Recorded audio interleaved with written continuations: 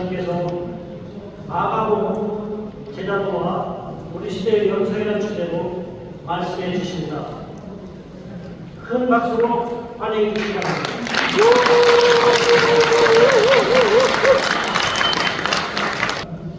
지금 막 점심 식사 하시고 시작하셨는데요. 가장 졸리는 시간. 또 제가 강의를 준비하면서 마가복음에 대한 이야기를 신학적으로 풀기 때문에 졸릴 수 있겠다 싶습니다. 먼저 좀 몸을 좀 드시고 기지개를 좀 뒤로 펴시고요. 잠을 쫓아내시고 한 30분간 말씀으로 은혜를 나누도록 하겠습니다. 제가 박사과정 때 우리 대학원에 군목을 하시는 목사 목표를 하시던 목사님이었어요. 그 수업 중에 쭉 하는 이야기가 내가 왜 대학을 이렇게 공부하냐 이런 질문을 하면서 본인이 목회하면서 그 자기 나름대로 신학을 하고 그 방향에 맞춰서 목표를 하는데 교회에 부응은 안 되고 또 주변에서 그 목회하는 모습이 한신에서 시작하는 모습과 좀 달랐던 것 같아요.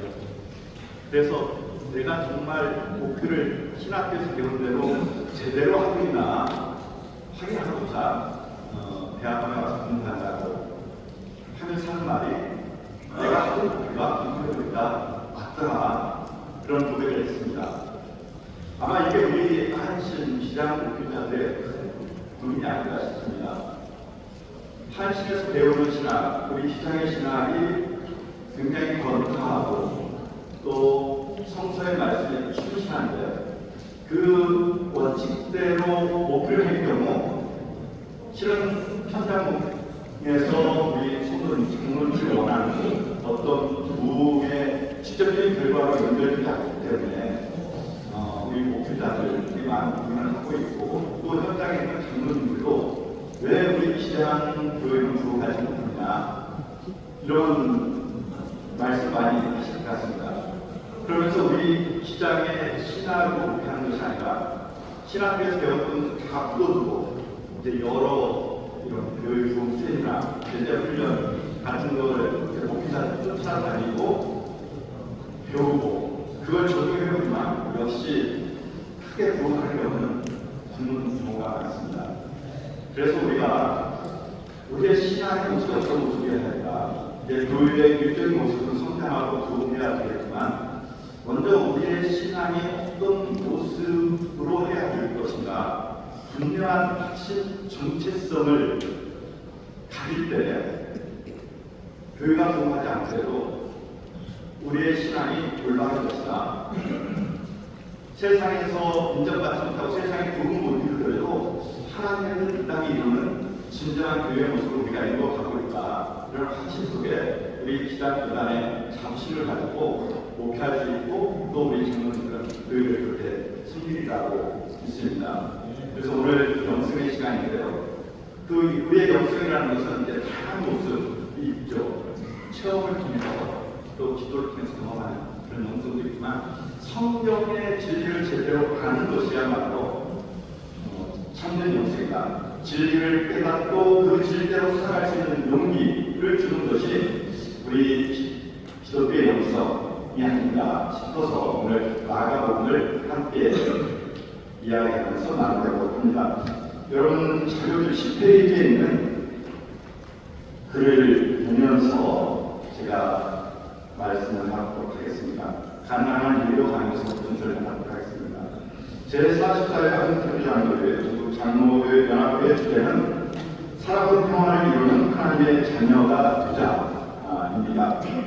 제가 이 주제 연습 시간에 특강 받고 이 공부를 주제 공부를 묵상하면서 이렇게 생각했습니다.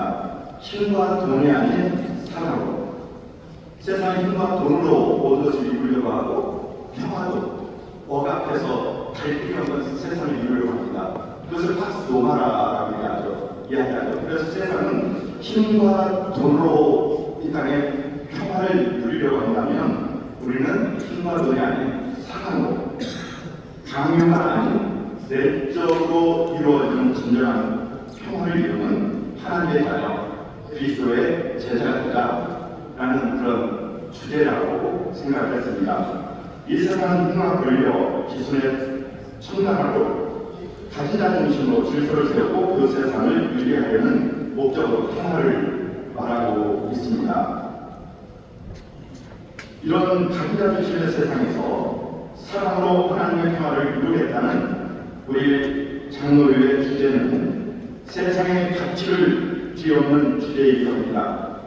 그런데 기존의 가치를 정복하는 가르침, 그러니까 세상과 다른 세상의 힘과 돈, 어떤 권력으로 세상의 평화를 유지한다고 한다면 우리 그냥 사랑으로 그 평화를 이루자고 하는 세상의 가치를 완전히 뒤엎는 것이죠.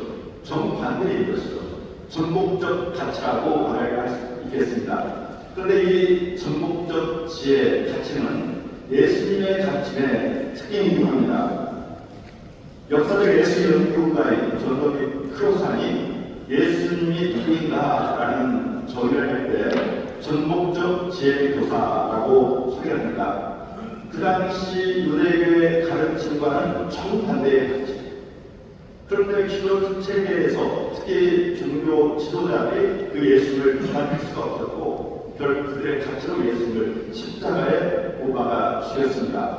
그렇지만 그렇게 죽었지만 그 과정 속에서 하나님의 진리, 예수님이 참 하나님의 아들, 하나님의 뜻이 무엇인지 분명하게 드러난 것을 볼 수 있습니다. 우리 장로연합회에서 이 주제를 정했을 때 우리 장로연합회는 세상이 말하는 평화가 아닌 세상을 거슬러 사랑과 선미로 이 세상의 하나님의 나라의 참된 평화를 이루는 예수님의 제자가 되겠다는 다짐을 했을 것입니다. 어떻게 이 땅에 사랑과 하나님의 평화를 이루는 예수님의 제자가 될 것인가? 우리는 성경을 통해서 그 길을 찾아야 합니다. 예수님이 보여준 그 문을 통해서 예수님이 걸어가신 그 길을 통해서 우리는 찾아야 되는데요. 그 예수님의 인간적인 삶의 모습, 가장 원초적인 가르침이 잘 드러난 것이 마가복음입니다. 신약성경에서 예수님의 생애와 가르침을 기록한 성경을 복음서라고 이야기하는데요. 신약성경에는 4개의 복음서가 있습니다. 마태, 마가, 누가, 요한인데요. 이 마태, 마가, 누가, 요 복음을 우리가 분강복음서라고 이야기하고 있습니다. 이 세 복음서는 이야기의 내용들이 비슷합니다. 왜 그렇게 되었는가?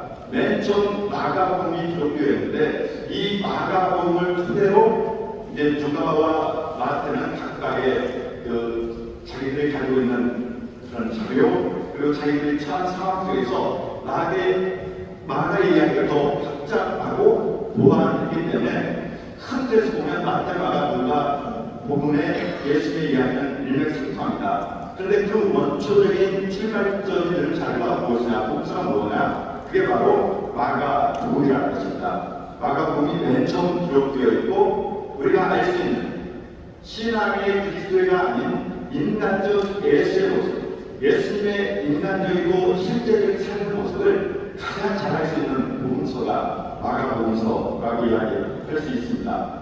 이 마가복음서를 통해서 예수님은 누구인가? 예수님은 어떤 삶을 살았는가? 그리고 마가복음 우리에게 이야기하는 그러면 예수를 믿는 제자로서 어떤 삶을 살 것인가 하는 것을 이 마가복음 제시해주고 있습니다. 우리가 복음서를 읽을 때는 크게 2가지 질문을 해야 합니다. 하나는 예수님은 누구이신가? 그리고 또 하나는 예수님을 믿고 따르는 우리 제자들은 어떤 삶을 살아야 하는가? 라는 제자들에 대한 질문을 해야 됩니다. 이 마가복음 중에서 예수님은 누구인가? 우리가 다 알고 있는 것이나 다시 한번 확인하고 그 예수를 믿는 제자들은 어떤 삶을 살아야 될 것인가? 마가복음이 이야기하는 그 모습을 찾아보면서 이 시대의 그리스도인으로서 우리가 살아가야 할 삶의 모습을 찾아보는 시간입니다. 3번 마가복음에 나타난 예수님은 누구인가? 예수의 제자로서 예수의 길을 따르기 위해서는 먼저 예수님이 어떤 일을 걸어갔는지 이해해야 합니다. 이런 예수님이 어떻게 메시아가 되고 하나님의 아들이 되었는지를 저와 관련된 문제이기도 합니다. 마가복음에서 예수님의 공생에는 세례 요한에게 요단강에서 세례를 받음으로 시작합니다. 공생의 시작이 세례 요한에게 세례를 받는 것을 시작하는데요. 세례를 받을 때 하늘로부터 들려오는 소리가 있었습니다. 너는 내 사랑하는 아들이라. 하늘에서 들려온 너는 내 사랑하는 아들. 여기서 예수님 누구인가 암시하는 거죠. 예수 하나님의 사랑하는 아들, 그분이 바로 예수님입니다. 이후에 예수님 공생의 사역을 시작하면서 귀신을 내어 쫓고 병든 자들을 고치시고 놀라운 기적을 행하면서 정말 하나님의 아들 메시아임을 보여주었습니다. 그렇지만 그 예수님은 귀신을 통해서 귀신이 쫓겨나면서 당신이 메시아이다, 하나님의 아들이다 이렇게 고백을 하지만 예수님은 그 귀신을 쫓으면서 내가 메시아라는 말, 그러니까 예수님이가 그 정체를 드러내는 것을 꾸짖으면서 막고 계세요. 말하지 말라고 이야기합니다. 이것을 신학자들은 메시아의 비밀이라고 이야기합니다. 그러니까 마가복음을 정리하면서 예수님 누구인지는 알아야 되는데 이런 예수님의 사역과 가르침을 하나님의 아들이 분명히 드러나는데도 예수님 계속해서 내가 누구인지 말하지 말라 하면서 일정 그 사역을 일정 부분 이어가는 것을 볼 수가 있습니다. 그렇게 해서 이제 예수님의 사역을 통해서 하나님의 나라의 현실이 실제 이루어지고 병고침을 받는 사람들, 귀신이 쫓겨나가는 그런 상황들, 오병이어의 기도를 통해서 하나님의 능력 아니고서는 이루어질 수 없는 그런 현실을 맛보는 그런 사람들, 그리고 그들과 함께 예수님 먹고 마시면서 그들과 함께 하나님 나라가 이루어진다는 것을 실제적으로 보여주는 겁니다. 그러니까 예수님을 만난 사람들은 이분이 하나님의 아들, 이분과 함께 있는 이 순간이 바로 하나님 나라의 끝이다 하는 것을 지금 알고 있어요. 그러면 계속해서 신문으로 가는 것을 볼 수가 있습니다. 그러다가 마가복음 중간에 가서 마가복음 8장 28절인가요? 거기에 보면 가이사랴 빌보에서 예수님이 제자를 불러놓고 묻죠. 근데 지금까지 예수님은 놀라운 가르침, 이적과 능력, 병고침, 귀신하는 이런 능력을 보여주셨습니다. 그런 능력을 보여주는 정답의 사역을 마감하면서 예수님 제자들에게 사람들이 나를 누구라고 하느냐 이렇게 묻죠. 이때 이제 제자들이 사람들이 하는 평가를 드립니다. 어떤 사람은 세례 요한이 다시 살아났다고 하고 오실 엘리야라고도 하고 예언자라고도 하고 다 위대한 고백입니다. 오실 엘리야는 이 엘리야가 온 다음에 메시아가 온다는 그런 고백이고, 세례 요한이 죽었다 다시 살아났다는 것은 그 부활한 세례 요한이기 때문에 굉장히 그 예수님을 높이 평가하는 거예요. 그러니까 이 고백이 완전한 고백이 아니죠. 그래서 예수님이 베드로에게 너희들은 나를 누구라고 하느냐 이렇게 물었을 때 베드로가 정확한 신앙의 고백을 하죠. 뭐라고 했죠? 저는 그리스도이시다. 맞다고 보면 저는 그리스도시요 하나님의 아들이다. 이 순간 예수님 누구인지 분명하게 고백되는 거예요. 그리고 이어지는 사건 속에서 예수님이 비로소 가르친 내용이 있습니다. 지금까지 예수님은 기적을 행하고 또 병을 고쳐주고 정말 하나님 나라의 놀라운 현실만 조금만 이야기해 주셨어요. 그것만 경험하게 해주셨습니다. 그런데 베드로가 저는 그리스도십니다 라고 고백했을 때 이때 이후 비로소 예수님께서 가르치신 내용이 있는데 이제 내가 예루살렘에 올라가면 서기관과 바리새인들에게 넘겨졌다가 고난을 받고 죽었다가 다시 3일 만에 살아나야 할 것이다. 이게 예수님의 또 다른 운명이죠. 예루살렘에 올라가서 고난받고 죽어야 한다. 그리고 부활해야 한다. 이걸 통해서 예수님의 사역은 완성되는 겁니다. 그런데 이 고백을 했을 때 베드로가 어떻게 하죠? 주여 그럴 수 없습니다 하면서 예수님의 그 강의를 막습니다. 성경에 보면 베드로가 예수님을 향하여 항변했다 이야기합니다. 굉장히 수학의 표현이에요. 헬라어 원문에 보면 에피티 마오라는 단어를 쓰고 있습니다. 꾸짖다. 예수님께서 귀신을 쫓아내실 때 어떻게 쫓아내느냐? 귀신을 꾸짖고 쫓아내는 거예요. 에피티 마오하고 귀신을 쫓아내는 겁니다. 그러니까 지금 베드로가 예수님의 그 고난과 죽음을 이야기한 거에 대해서 예수님을 마치 귀신 꾸짖듯이 베드로가 꾸짖는 그런 모습이 이 갈사라 빌립보에서 베드로의 위대한 신앙 고백 이후에 전개되고 있습니다. 이때 예수님이 또 가만히 있지 않죠. 예수님 또한 베드로를 향해서 꾸짖으면서 이렇게 마음으로 하는 겁니다. 사탄아 물러가라. 네가 사람의 생각만 하고 하나님의 뜻을 생각하지 않구나 하면서 역시 예수님을 물러가지 않고 이 베드로를 꾸짖는 것을 볼 수가 있습니다. 이게 마가복음 8장에 나오는 모습이에요.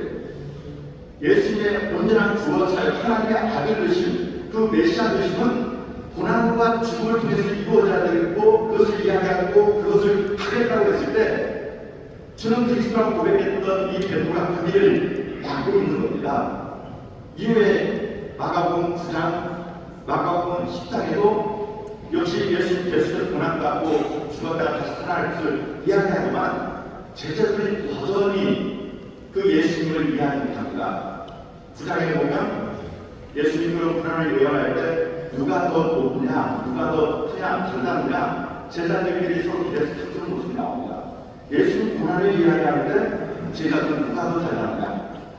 또 10장에 보면 예수님께서 그런 고난을 이야기하는데 그 잠깐 죽을 것을 이야기하는데 세례대 아들 야고보와 요한은 예수님 예루살렘에 올라가면 우리를 좌편에 우편에 앉게 해주십시오. 예수님 고난과 죽을 이야기하는데 지금 세례대 아들 야고보와 요한은 뭡니까? 예수님 예루살렘에 올라가서 왕자 그 로마를 물리치고 왕자를 찾아하면 좌회전 위전 우리에게 이걸 높은 자에 주십시오. 이렇게 하는 것을 볼 수가 있습니다. 그러니까 이 제자들은 예수님이 누구인지를 분명히 알아요. 예수가 메시아이고 하나님의 아들이고 그들의 구원자인 것을 이제 고백하며 알고 있는데 지금 그들의 생각은 이 예수님을 통해서 누가 더 크고 누가 더 높은 자리를 앉고 평안하고 그런 길만을 지금 추구하고 있는 모습을 볼 수가 있습니다. 근데 이 제자들은 예수님을 온전히 이해하지 못하는 것이고 오해하고 있는 것입니다. 그렇기 때문에 나중에 예수님께서 직접 그렇게 체포되었을 때 예수님 우리가 부인하고 예수님 하나 넘기고 예수님 십자가에 돌아가실 때는 다 뿔뿔이 흩어져 도망가는 그런 비겁한 제자로 남을 수밖에 없었습니다. 이런 모습을 마가복음 8장 22절에서 27절에 그 베세다 소경 고치는 이야기를 통해서 은유적으로 이야기해주고 있습니다. 여러분 마가복음 8장 22절부터 나온 베세다의 소경 고치는 이야기 알고 있죠? 예수님께 소경 고쳐주시는데 눈에 침을 바르고 안수했을 때 눈이 떠졌어요. 무엇이 보이냐 그랬더니 사람이 보이는데 나무 같은 것이 걸어다니는 것이 보입니다. 지금 소경이 눈을 뜬 건 대단한 일이죠. 그런데 지금 사람을 보는데 어떻게 보고 있는 겁니까? 사람인 것 같은데 나무가 온전치 않은 거예요. 그래서 예수 다시 한번 안수했을 때 마가복음 뭐라고 말합니까? 그때 비로소 밝히 보게 되었더라. 그러니까 예수님 첫 번째 안수했을 때는 사람이 흐릿하게 보게 되는 거예요. 흐릿하게 뭔가 알리는 거예요. 그 다음 두 번째 안수했을 때 분명히 뚜렷하게 알려드리는 것입니다. 이게 제자들의 모습인 거예요. 지금 마가복음 1장에서 8장까지 예수님이 능력을 행하고 병을 고쳐 귀신을 쫓아내면서 예수님의 능력을 보면서 정말 하나님의 아들이다 메시아다 고백하는 것은 예수님을 알긴 하지만은 그냥 흐릿하게 절반만 하는 거예요. 예수님을 온전히 알기 위해서는 고난받고 죽었다가 다시 살아나야 할 그 모습까지 받아들여야 예수님을 발견하는 건데 지금 제자들은 이렇게 깨닫지 못하고 있다는 겁니다. 그것을 지금 이야기해 준 거예요. 예수님이 이제 메시아인 것은 드러났습니다. 그리고 그 메시아의 길은 능력과 권세, 영광을 통해서 드러나는 것이 아니라 고난과 죽음, 선율을 통해서 그 길을 걸어감으로 메시아임을 드러날 것입니다. 아까 우리 8장 27절에서 베드로가 그 주는 그리스도시니라고 고백했을 때 예수님 그 고백하지 않으셨어요. 오히려 사탄 물러가라라고 하면서 베드로를 꾸짖었습니다. 그러면 언제 예수님께서 정말 내가 메시아다, 너희들이 내가 메시아인 걸 아는구나 라고 그 고백했을 때 그것을 받아들였을까? 마가복음 14장에 보면 향유를 부은 여인의 이야기가 나오고 있습니다. 이름 없는 여인이에요. 이 여인의 행위를 다 이야기한 다음에 예수님께서 말씀하십니다. 복음이 전파되는 곳 어디에 있었는지 이 여인의 이야기를 말하여 이 여인을 기억하라. 이름 없는 여인인데 복음이 전파되는 그 어느 곳에서든지 이 여인의 행한 행위를 이야기해서 이 여인을 기억하라고 예수님이 이야기해주고 있습니다. 이 여인의 행한 행위가 무엇입니까? 예수님께서 이 여인을 거기에 갔을 때 이 여인은 예수님 머리에 향을, 옥합을 뱉은 향을 부은 것이죠. 그것이 향이가 너무나도 비쌌기 때문에 제자들이 이 비싼 걸 왜 낭비하냐, 이거 팔아서 가난한 사람들이 나눠주면 많은 사람 투자하고 얼마나 좋겠냐, 당청 제자들은 그렇게 이야기했습니다. 근데 예수님께서 이게 어떻게 했습니까? 그냥 놔둬라. 이 여인은 나를 위해서 좋은 일을 했다 하면서 하신 말씀이 마가복음 14장 8절에 보니까 이렇게 이야기하고 있습니다. 그는 힘을 다하여 내 몸에 향기를 부어 내 장례를 미리 준비합니다. 이 여인, 이름 없는 여인이 예수님 머리에 향기를 부은 것은 그냥 향유를 낭비한 것이 아니었습니다. 예수님의 장례를 미리 준비한 거예요. 장례는 무슨 일입니까? 죽음의 일이에요. 예수님 죽습니다. 내가 죽음을 예비합니다 하면서 기름을 부었어요. 여러분, 기름을 붓는다는 뜻을 히브리어로 아랍어로 번역하는 그 단어가 어떤 단어이죠? 기름 붓는다. 메시아입니다. 메시아는 기름 부음을 듣는 자라는 겁니다. 그러니까 이 이름 없는 여인이 예수님에게 향을 부은 것은 행동으로 당신이야말로 기름 부음을 받은 메시아입니다, 이 고백을 한 거예요. 그런데 그 메시아의 고백이 무엇과 연결되고 있습니까? 장례하고 연결된 거예요. 그러니까 이 여인은 예수님이 메시아이긴 메시아인데 그냥 병 고치고 능력을 행하고 기적을 행하면서 그런 메시아가 아니라, 그것도 당연히 있지만 더 정말 메시아의 그런 사역은 고난과 죽음을 통해서 이루어진 것이다. 예수님은 고난의 길, 죽음의 길을 지금 걸어가고 있기 때문에, 이것을 통해서 메시아가 될 것이기 때문에 내가 먼저 기름을 부어서 이 예수를 메시아로 고백한다 라고 고백을 한 겁니다. 이것을 예수님이 인정한 것이죠. 그래서 복음이 전파되는 그 어느 곳에든지 이 여인이 행한 일도 말하여 이 여인을 기억하라. 그러니까 예수님의 메시아님은 어디에 있다는 겁니까? 고난과 죽음을 통해서 드러납니다. 마가복음 15장 39절인가요? 거기에 보면 예수님께서 십자가에 달려 돌아가실 때 숨이 끊어진 장면이 나옵니다. 예수님이 십자가에 달려서 죽으셨어요. 바로 그 밑에 있던 로마 백부장이 뭐라고 이야기합니까? 마가복음 15장 39절 좀 드릴 거예요. 로마 백부장이 자기도 모르게 저절로 탄식합니다. 예수님의 사역에 직접 참여하지 않았습니다. 예수님의 가르침 받지 않았습니다. 예수님이 십자가에 죽어가는 그 모습, 피장에 찢겨지는 그 모습을 보면서 자기도 모르게 고백하는 탄식이, 이 사람은 진정 하나님의 아들이었구나. 이 사람은 진정 하나님의 아들이었구나. 예수님 고난받고 죽는 그 순간에 하나님의 아들이시니 예수님을 전혀 알지 못했던 이 이방인 로마 백부장을 통해서 예수가 하나님의 아들 메시아임을 고백하게 한 줄 믿습니다. 이 이야기가 마가복음의 이야기입니다. 마가복음이 언제 기록되었는가? 처음 예수님이 30년에 돌아가시고 예수님의 재림을 기다리면서 한 20년 하면 지나면서 예수의 우리가 한참 전개되었습니다. 그러나 이 예수운동 20년이 지나가면서 점점 재림에 대한 기대가 헤어지면서 성경들이 기록되기 시작하는데요. AD 70년에 예루살렘 성전이 무너지면서 기독교인들은 큰 절망에 빠집니다. 예수님이 진짜 하나님의 아들이고 능력자이고 우리를 보냈는데 그리고 우리가 그 예수를 믿는 제자로서 그 길을 따라가고 있는데 왜 우리는 이렇게 박해받고 고난당하고 예루살렘 성전을 무너지는가? 예수님이 하나님이 발이 아닌 것은 아닌가? 우리가 예수님의 제자로서 지금 예수를 잘못 믿고 있는 것은 아닌가 하는 회의가 한참 있던 시기가 AD 70년 예루살렘 성이 무너졌을 때 이때 마가복음 기록된 겁니다. 마가복음 이 예수님의 고난 속에서 그리스도 등판의 이야기를 전해줌으로써 너희들이 예수님을 믿으면서 제자의 길을 가면서 지금 고난과 박해와 시련 절망 속에 있느냐? 그렇다면 너희들 예수님 지금 어떤 길을 가고 이 제자로서 너희들이 어떤 길을 가르쳐줬냐?